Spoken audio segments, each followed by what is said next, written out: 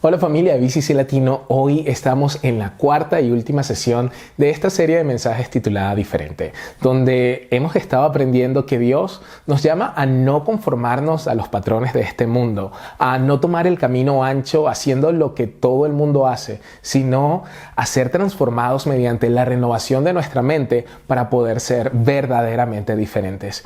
Y lo que vamos a hacer hoy es que vamos a mirar el libro de Primera de Pedro en la Biblia y vamos a ver cómo Dios nos está llamando como seguidores de Jesús a tener una clase de fe que es diferente, una clase de fe que es diferente a la de este mundo, una fe que es diferente en medio de las pruebas. Personalmente, a mí me encanta el libro de Primera de Pedro. Hay dos grandes temáticas que surgen y lo vas a ver una y otra vez mientras lo lees. Pedro habla de la esperanza que nosotros tenemos en Cristo y de lo segundo que habla es que nosotros estamos llamados a ser diferente en este mundo, que este mundo no es nuestro hogar. Y para darte un poco de contexto acerca de este libro, Pedro le estaba escribiendo a un grupo de personas que estaban siendo severamente perseguidas. Pedro escribió este libro entre el año 60 y 65 después de Cristo. Él era el líder de la iglesia en Roma y durante esta época en Roma había un emperador muy malvado llamado Nerón. Y Nerón estaba causando todo tipo de problemas, no solamente para los cristianos, sino también para los ciudadanos romanos. Y si tú no sabes mucho acerca de Nerón, déjame intentar pintarte un cuadro de quién era él. Él mató a su madre, mató a su primera esposa, muy probablemente también mató a su segunda esposa. Era un hombre tan retorcido que la historia cree que él fue quien quemó la ciudad de Roma. Sabemos que en julio del año 64 después de Cristo hubo este gran incendio en Roma. Algunos dicen que duró 6 días, otro que duró 9 días, pero fue un tiempo que las llamas estuvieron sin control y no pudieron apagar el incendio. Y la historia cree que Nerón fue quien empezó este incendio porque tenía un deseo insaciable de reconstruir la ciudad. Y como el Senado no se lo permitió, él simplemente quemó la ciudad para poder reconstruirla. Evidentemente esto no funcionó, no salió bien y cuando la gente empezó a culparlo por haber quemado la ciudad, Nerón decidió culpar a este grupo pequeño de personas apasionadas pero que ya eran odiadas y que para ese entonces eran conocidas despectivamente como cristianos o seguidores de Jesús. Y así, lo que ya era un mal entorno para los cristianos se volvió mucho peor.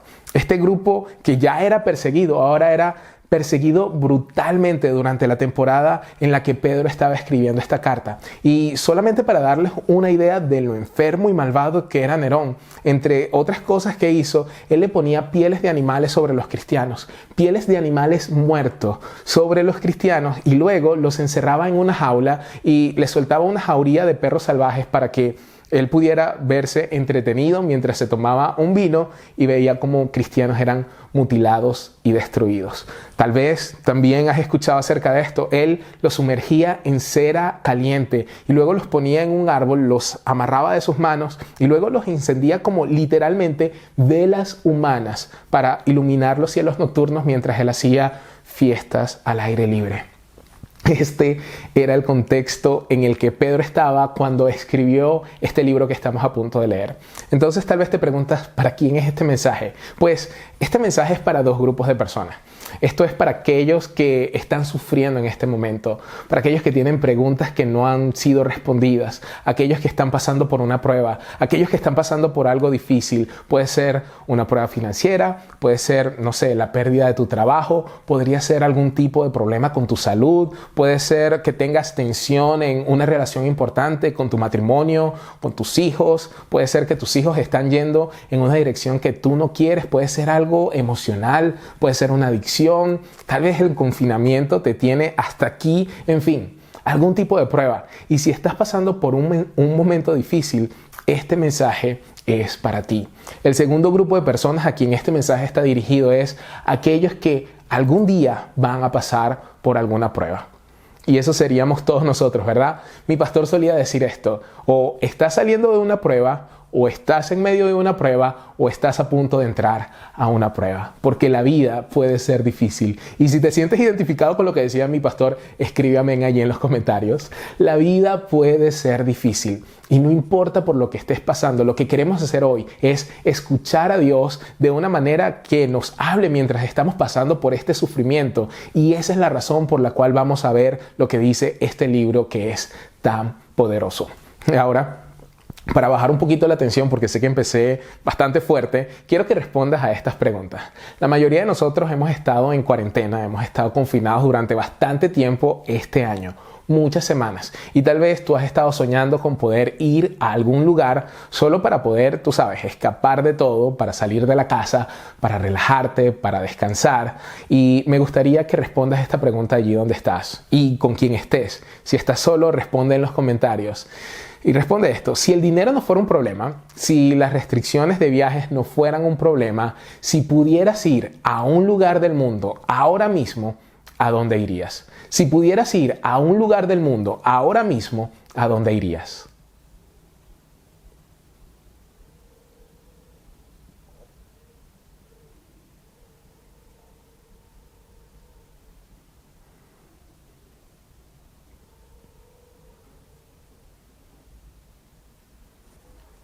Me encantaría poder estar allí donde estás, en tu casa, en la sala o en la cocina, para poder escuchar algunas de sus respuestas. Yo creo que aquí en casa nosotros nos gustaría ir a algún lugar, en una isla, donde pudiéramos escaparnos por un momento del frío de este invierno. Yo por mi parte he viajado muchísimo, por toda Colombia y por toda Latinoamérica antes de estar aquí en Viena. De hecho, un promedio de 40 de las 52 semanas del año las pasaba viajando y me las pasaba metido en un avión. Y como una persona que viaja bastante, o al menos que viajaba bastante, creo que puedo decir con toda certeza esto: aun cuando me encanta viajar, aun cuando me encanta conocer otras ciudades, otras culturas, probar comida nueva, no hay nada mejor que llegar a tu casa. Lo mejor de viajar es volver al hogar. No hay lugar como el hogar. Tu baño, tu casa, tu cama. Es un lugar donde tú puedes ser tú mismo. Un lugar donde nosotros podemos llamar nuestro hogar. Y mira lo que dice Pedro y cómo inicia la carta de Primera de Pedro. Él dice: yo, Pedro, apóstol de Jesucristo, escribo esta carta a los elegidos por Dios que viven como extranjeros en las provincias de Ponto, Galacia, Capadocia, Asia y Bitinia. Y quiero que subrayes esa palabra y la digas conmigo en voz alta: extranjeros. Vamos, dilo allí: extranjeros.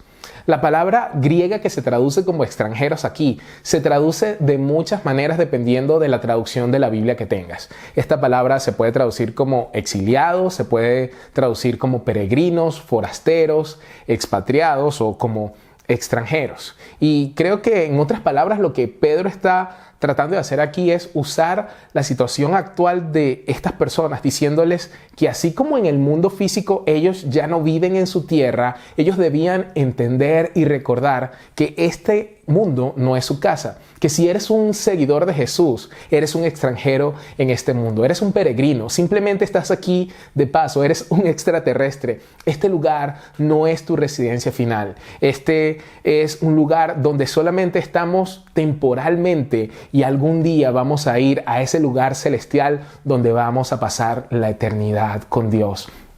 Y si este mundo no es tu hogar, serás o actuarás diferente de este mundo. Luego vemos a Pedro en 1 de Pedro 2:12 continuar con este mismo tema y les dice: queridos hermanos, les ruego como a extranjeros y peregrinos en este mundo que se aparten de los deseos pecaminosos que combaten contra la vida. Para aquellos de ustedes que son seguidores de Cristo, ¿qué significa esto? Pues que como somos diferentes a este mundo, tendremos valores diferentes a las personas que nos rodean. Tendremos una moral diferente a las de otras personas. Tendremos un sistema de creencia diferente. Seremos diferentes como mamás, como papás. Seremos diferentes como esposos, como esposas. Seremos diferentes en la manera en la que criamos a nuestros hijos. Seremos diferentes en cómo nos relacionamos con la gente. Seremos diferentes en la forma en la que tratamos a los demás. Incluso cuando nos maltratan, seremos diferentes en la forma en la que invertimos nuestro tiempo y en la que usamos nuestro dinero. Vamos a ser diferentes porque este mundo no es nuestro hogar. Estamos llamados a ser diferentes. Y en nuestro mensaje de hoy vamos a ver que si estás en medio de una prueba, porque este mundo no es tu hogar, puedes tener un tipo de fe diferente. Cuando pasas por alguna situación que sea increíblemente difícil, cuando pasas por un tipo de prueba, lo que quiero es que hoy nosotros miremos las palabras que están escritas en este libro tan poderoso y vamos a ver cómo tener una fe que es diferente en medio de las pruebas. Quiero que recuerdes el contexto y a quién le está escribiendo Pedro cuando leemos lo que dice en el versículo 6 y 7. Pedro dice esto: así que alégrense de verdad. Les espera una alegría inmensa, aunque tienen que soportar muchas pruebas por un tiempo breve. Estas pruebas demostrarán que su fe es auténtica. Está siendo probada de la misma manera que el fuego prueba y purifica el oro, aunque la fe de ustedes es mucho más preciosa que el mismo oro. Entonces, su fe, al permanecer firme en tantas pruebas, les traerá mucha alabanza, gloria y honra en el día que Jesucristo sea revelado a todo el mundo. Cuando tú comprendes el contexto de lo que está sucediendo, ¿no te parece impactante que Pedro le diga a los cristianos que están siendo mutilados, heridos, perseguidos y que están sufriendo que se alegren de verdad? ¿No les parece que es insensible? Él les dice, aun cuando por algún tiempo tengan que pasar por muchos problemas y dificultades, alégrense, alégrense de verdad. ¿Por qué? Él les dice, porque hay un gozo maravilloso. Hay un gozo que está por delante. En otras palabras, es posible que Dios no haga desaparecer las pruebas temporales que estás pasando, pero aún así puedes tener un gozo maravilloso, una alegría inmensa que está delante de ustedes. Y luego Pedro nos muestra que estas pruebas no son sin un fin, tienen un propósito. Él dice que estas pruebas mostrarán que tu fe es auténtica, que tu fe es genuina. Y yo quiero que tú pienses en eso por un momento, porque lo que Pedro está tratando de decirnos aquí es que nuestra confianza en Dios, nuestra fe en Dios es como el oro. Y así como la calidad del oro se prueba al hacerla pasar por el fuego, la fe en Dios es puesta a prueba cuando pasamos por problemas y por dificultades. Nuestra fe, al salir de todas estas pruebas, van a ser más valiosas que el oro, porque el oro se puede destruir, pero una fe genuina, una fe auténtica, no. Y cuando Jesucristo regrese, Él hablará bien de la fe que tú y yo tenemos a Dios, porque una fe que ha pasado por tantas pruebas merece ser alabada. Ahora, te pido que pienses en esto también, en que si las pruebas van a demostrar que nuestra fe es genuina, que nuestra fe es auténtica, si existe una fe genuina, ¿qué sería lo opuesto? Si hay una fe genuina, también pues puede haber una fe falsa, ¿verdad? Y esto es lo primero que quiero que anotes. Existe una fe genuina y una fe falsa. Y esta es honestamente una de mis mayores preocupaciones con respecto a la iglesia como pastor, tanto la iglesia global como la iglesia local. Y si usted hace parte de nuestra iglesia, me gustaría que preste mucha atención a esto, porque en el mundo occidental, no en todas partes del mundo, pero a veces en lugares como en Latinoamérica, que es donde la mayoría de nosotros venimos, es tan fácil para muchos decir que son cristianos. Las personas se llaman a sí mismas cristianas, pero no lo son en absoluto. Es una fe falsa. Si hay una fe genuina, entonces también existe una fe falsa. Y mi gran temor y mi preocupación es que hayan muchos que están en la iglesia, que asisten con regularidad, que creen que son cristianos, pero su fe no es real. Y discúlpame si estoy siendo demasiado directo, pero voy a mostrarte al menos 3 tipos de fe que son falsas. La primera podríamos llamarla una fe heredada, y creo que eso es lo que la mayoría de la gente en Latinoamérica tiene. Pues pueden decir que mi mamá era católica, mi papá era bautista, mi abuelita era evangélica, yo iba a la iglesia de vez en cuando, iba en Navidad, iba en Pascua, iba 2 veces, me sé el Padre Nuestro y no soy budista, no soy musulmán, así que debo ser cristiano, ¿verdad? Mis papás lo fueron, mi abuela lo fue, pero es una fe heredada, no es tu fe, es una fe falsa. La segunda podríamos llamarla una fe superficial. Jesús habló de esto en una historia que contó en el capítulo 13 de Mateo. Si puedes, si quieres, me gustaría que leyeras acerca de esto, pero Jesús dice que hay un sembrador o un granjero que sale a sembrar algunas semillas y dice que estas semillas echaron raíces y brotó una pequeña planta, pero las raíces de esta planta no crecieron lo suficientemente profundas, así que fue una fe superficial. Entonces Jesús dice que cuando vinieron las preocupaciones de esta vida y el engaño de las riquezas y el amor por las cosas de este mundo, esta pequeña planta se ahogó y se murió. ¿Por qué? Porque sus raíces no eran lo suficientemente profundas. Y ahí es donde están algunos de ustedes. Y si puedo ser realmente honesto, no quiero que tomes esto como que soy un profeta de cosas malas, pero la verdad es que hay personas que, aunque están hoy aquí en nuestra iglesia y están felices de ser parte de nuestra comunidad, están aquí hoy, pero en 6 meses ya no estarán aquí ni en ninguna otra iglesia. ¿Por qué? Porque no tienen raíces profundas. Si tú no te plantas en una iglesia, si tú no echas raíces, si no lees la Biblia, si no te conectas con los demás, vas a sufrir. Vas a tener miedo, no va a haber poder espiritual en tu vida, ni victoria espiritual. Y eso es completa y absolutamente cierto porque lo he visto una y otra vez. No tienes raíces reales que te mantengan profundo y es duro, pero es la verdad. Hay muchos que antes, hace 6 meses estaban aquí y que ahora no están. Hay unos que están aquí y están emocionados, pero dentro de 6 meses no van a estar. Y esto es una de las cosas más importantes de lo que quiero decir hoy, porque hay alguien que necesita escuchar esto que voy a decir. Estás escuchándome hoy, pero necesitas dar un paso hacia adelante para comprometerte antes de que el diablo te eche para atrás. No quiero que dentro de 6 meses estés luchando con una adicción, que estés luchando con un matrimonio arruinado, que estés luchando con tus niños sufriendo, lejos de Dios, dudando. ¿Por qué? Porque necesitas la fuerza del pueblo de Dios a tu lado.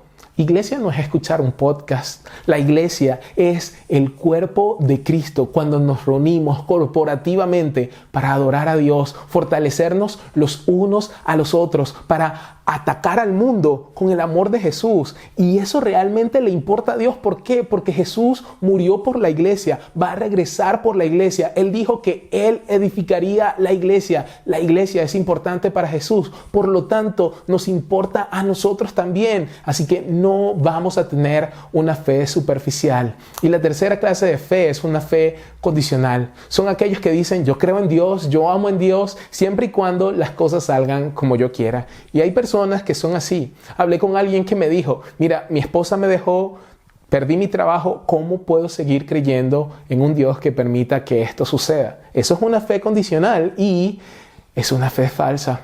Y hay algunos de ustedes que me están escuchando hoy y reconoces que tal vez tienes una fe que es falsa. Y creo que Dios te trajo aquí, hasta aquí hoy, para que puedas ver este video, para que puedas cambiar eso en una fe genuina. La segunda cosa que quiero que tomes nota hoy es que las pruebas revelan tu fe. Las pruebas pueden revelar la profundidad de tu fe. Porque si estás pasando por un momento difícil, y algunos de ustedes tal vez podrían decir en este momento, mi fe está siendo probada en este momento, y te puedes preguntar, ¿qué quiere Dios lograr con esto? ¿Cómo es que Dios usa nuestras pruebas? Pues las pruebas revelan tu fe. Primera de Pedro 1:7 dice esto: estas pruebas demostrarán que su fe es auténtica, que tu fe es genuina. Y a mí me encanta decirlo de esta manera: una fe que ha sido probada es una fe en la que se puede confiar. Voy a repetirlo. Una fe que ha sido probada es una fe en la que se puede confiar.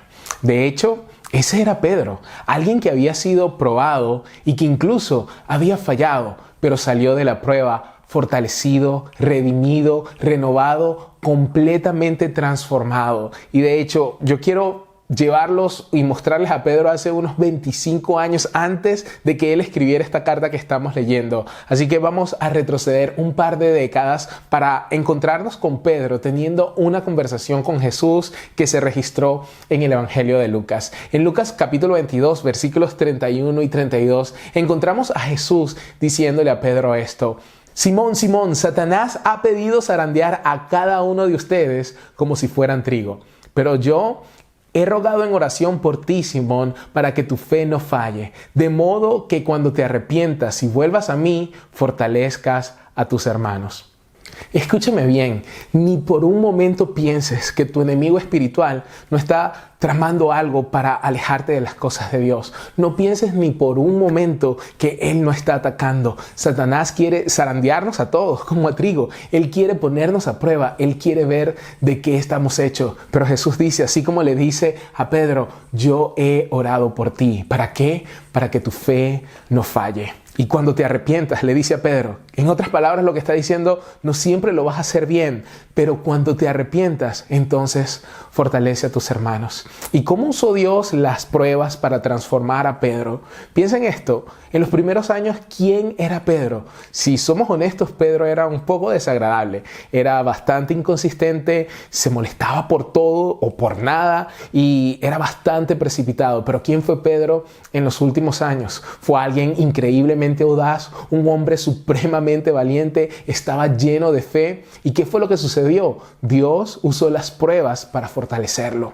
¿Y cuál fue una de esas grandes pruebas por las que pasó Pedro? Bueno, siempre Pedro estaba como que hablando de más, hablando sin pensar. Y después de que Jesús le dice esto, le advierte y predice lo que va a pasar, Pedro le responde a Jesús, Jesús, mira, si todos estos otros discípulos te abandonan, estos son unos perdedores, pero yo nunca lo haré. Yo soy tu hombre, yo te cuido las espaldas, yo nunca te dejaré, yo nunca te abandonaré. Juan, yo no creo que puedas confiar en él, pero en mí sí puedes confiar. ¿Y qué sucedió?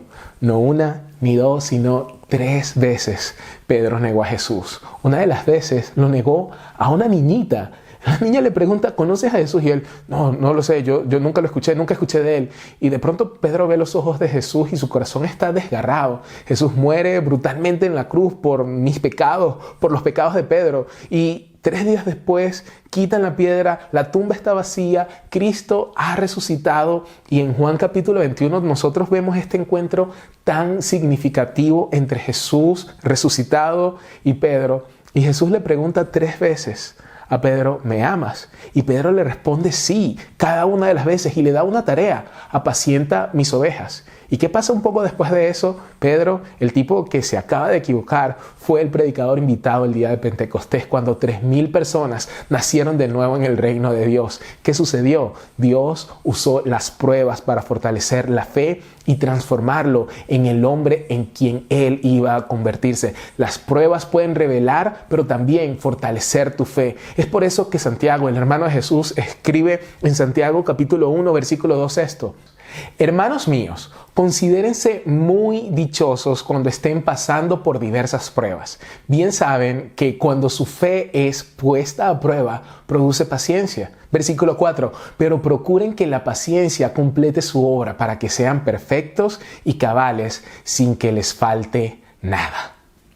En otras palabras, Dios va a usar esta prueba que estás pasando, Él la va a usar. Dios está haciendo algo. Si estás atormentado por el dolor, en este momento quiero que sepas, quiero que entiendas que tu dolor tiene un propósito. Mi Dios nunca desperdiciará tu dolor. Él siempre está trabajando, Él siempre está orando, Él siempre está para ti, Él siempre va a amarte y Él siempre es bueno. Todas las cosas van a obrar para bien. Las pruebas revelan tu fe, pero también la fortalecen. Y quiero que allí pienses en un momento en el que una prueba reveló el tipo de fe que tenías. ¿Qué tipo de fe reveló? ¿Que tenías una fe heredada, superficial, condicional o genuina? Respondan eso allí en casa.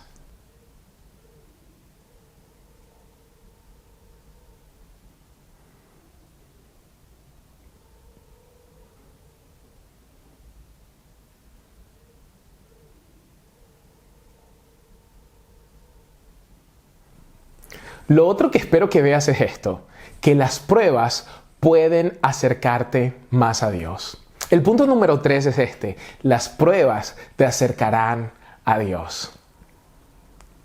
Leemos en Primera de Pedro 1, en los versículos 8 y 9 esto. Pedro nos dice esto directamente, que quiero que tú observes el poder del lenguaje que él utiliza, las imágenes que Pedro usa. En el versículo 8 Pedro nos dice: ustedes aman a Jesucristo a pesar de que nunca lo han visto. Aunque ahora no lo ven, confían en él y se gozan con una alegría gloriosa e indescriptible. La recompensa por confiar en él será la salvación de sus almas. Ahora, recuerda a quién le está escribiendo Pedro. Estas son personas que sabes que tal vez su primo lo quemaron como una vela la noche anterior, y él les dice: regocíjense con un gozo que es glorioso e inexpresable, inexplicable, un gozo, una alegría que solo puede venir del cielo, una alegría que no tenemos palabras en nuestro vocabulario para describir adecuadamente, porque esta emoción proviene del cielo y tranquiliza nuestra alma. Nos da una paz que va más allá de cualquier entendimiento, una paz que va más allá de cualquier capacidad humana. Pero aunque estés de duelo, aunque estés sufriendo, aunque tengas miedo, aunque esté oscuro, aunque puedan venir a buscarte, aunque pueda que te maten, puedes tener este gozo que es glorioso e inexpresable. Y luego Pedro dice que la recompensa por confiar en Dios, por confiar en Él, será la salvación de nuestras almas. La recompensa será la salvación de tu alma. Y eso es lo que nosotros llamamos el Evangelio. ¿Y qué es el Evangelio? Es la buena noticia de quién es Jesús. Lo que espero que entiendas es que la buena noticia no es que Dios nos salva de nuestras pruebas. La buena noticia es que Dios nos salva de nuestros pecados. Dios nunca nos dijo que nos librará de todos nuestros problemas. Nunca dijo que nunca tendrías migrañas. Nunca dijo que no ibas a tener dificultades económicas. Nunca dijo que no tendrías a una persona en el trabajo que te vuelva loco y te dé ganas de darle un matapollo. Él nunca dijo nada de eso. De hecho, Jesús dijo exactamente lo contrario. En Juan 16:33 Jesús nos dice: les he dicho todas estas cosas para que en mí tengan paz. Aunque en el mundo tendrán muchas pruebas y tristezas, pero anímense. ¿Por qué? Porque yo he vencido al mundo. La buena noticia no es que Dios nos salva de nuestras pruebas. La buena noticia es que salva nuestras almas y perdona nuestros pecados y nos acompaña a través de las pruebas. Esa es la mejor noticia de todos los tiempos. Tal vez tú puedes decir: pero Carlos, Dios nunca te va a dar más allá de lo que puedas soportar. Y esa es una mala interpretación de un versículo que dice que Dios nunca permitirá que seamos tentados más allá de lo que puedas soportar. La Biblia nunca dice que no te dará más de lo que puedas soportar. De hecho, estoy absolutamente convencido de que Dios bien a menudo va a permitir que tengas más de lo que puedes soportar, porque eso te va a enseñar a depender de Él. Cuando estás herido, eso te acerca a Él. Cuando estás desesperado, eso hace que lo llames. ¿Por qué? Porque, vamos a ser honestos, cuando no tienes una fe genuina, mientras la vida va bien, no necesitas a Dios. Haces con tu vida lo que sea sin necesidad de Dios. Pero estoy convencido que hay momentos en los que Dios permite que nosotros seamos débiles, porque en nuestra debilidad su fortaleza se perfecciona. Dios te permitirá llegar a un lugar donde estás tan abajo, donde todo lo que puedes hacer es mirarlo a Él, y Él se encontrará contigo y recibirá su abrazo, y eso será algo tan bueno. Y te lo digo por experiencia personal. No puedo decirte cuántas veces he fallado, cuántas veces he estado en mi habitación preparándome, luchando contra mis lágrimas, luchando contra mi pasado, contra mis debilidades, sintiendo que no vale la pena, y simplemente salgo a predicar y a apuntar a la gente hacia Jesús, y veo a Dios usar mis mayores pruebas y mis debilidades para hacer una diferencia en la vida de otras personas. Esto es lo que quiero que entiendas hoy, que nuestra fe no está basada en lo que vemos. Nuestra fe se basa en quién es Dios. Repítelo. Nuestra fe no está basada en lo que vemos. Nuestra fe está puesta en quién es Dios. Y sí, duele, porque las pruebas son reales y tenemos miedos porque somos humanos, pero al mismo tiempo podemos tener una fe sobrenatural en la bondad de Dios. Y lo que quiero que entiendas es que en mi casa, en mi familia, tenemos un gozo glorioso e inexpresable que solo puede venir del cielo. Y si estás aquí hoy y estás sufriendo, estás aquí porque Dios te ama. Da un paso hacia Él, acércate hacia Él, porque cuando te acercas a Él, Él se va a acercar a ti. Y cuando lo hagas, tú también vas a poder experimentar este gozo glorioso e inexpresable. Dios te ama y te trajo aquí para ayudarte a entender que tal vez estás experimentando esta prueba, no porque seas malo, no porque hiciste algo mal, sino porque Él quiere usar esta prueba para fortalecer tu fe, para que tengas una fe genuina, para que no tengas que conformarte al mundo, sino conformarte a la imagen de Jesús y acercarte a Él. Y cuando te encuentras con Él, es imposible que no cambies, que seas el mismo. Vas a ser transformado, vas a ser diferente. ¿Por qué? Porque confías plenamente en quién es Jesús y no en lo que ves. Oremos allí donde estás. Señor, gracias. Gracias por tu palabra, gracias por las pruebas, gracias porque a través de ella me permites crecer, me permites profundizar en mi fe, en mis raíces, en mis creencias acerca de ti. Te doy gracias por la prueba, te doy gracias por los momentos difíciles porque me ayudan a revelar la clase de fe que tengo. Ayúdame a convertir mi fe en una fe genuina, ayúdame a echar raíces, ayúdame a dar un paso adelante hacia donde tú estás y encuéntrate conmigo para fortalecerme, para darme las fuerzas que necesito y para cambiarme, para transformarme a la imagen de Jesús, para poder ser diferente, para no amoldarme al mundo actual y para caminar en lo que tú me has llamado a caminar. Transfórmame, así como a Pedro, de alguien que tal vez te ha negado muchas veces, a alguien que proclama con valentía y con vigor las buenas nuevas de salvación. Gracias por salvarme, gracias por salvar mi alma y gracias porque aún en medio de las pruebas, tú estás allí conmigo y estás para mí. Te lo pido todo en el nombre poderoso de Jesús. Amén y amén.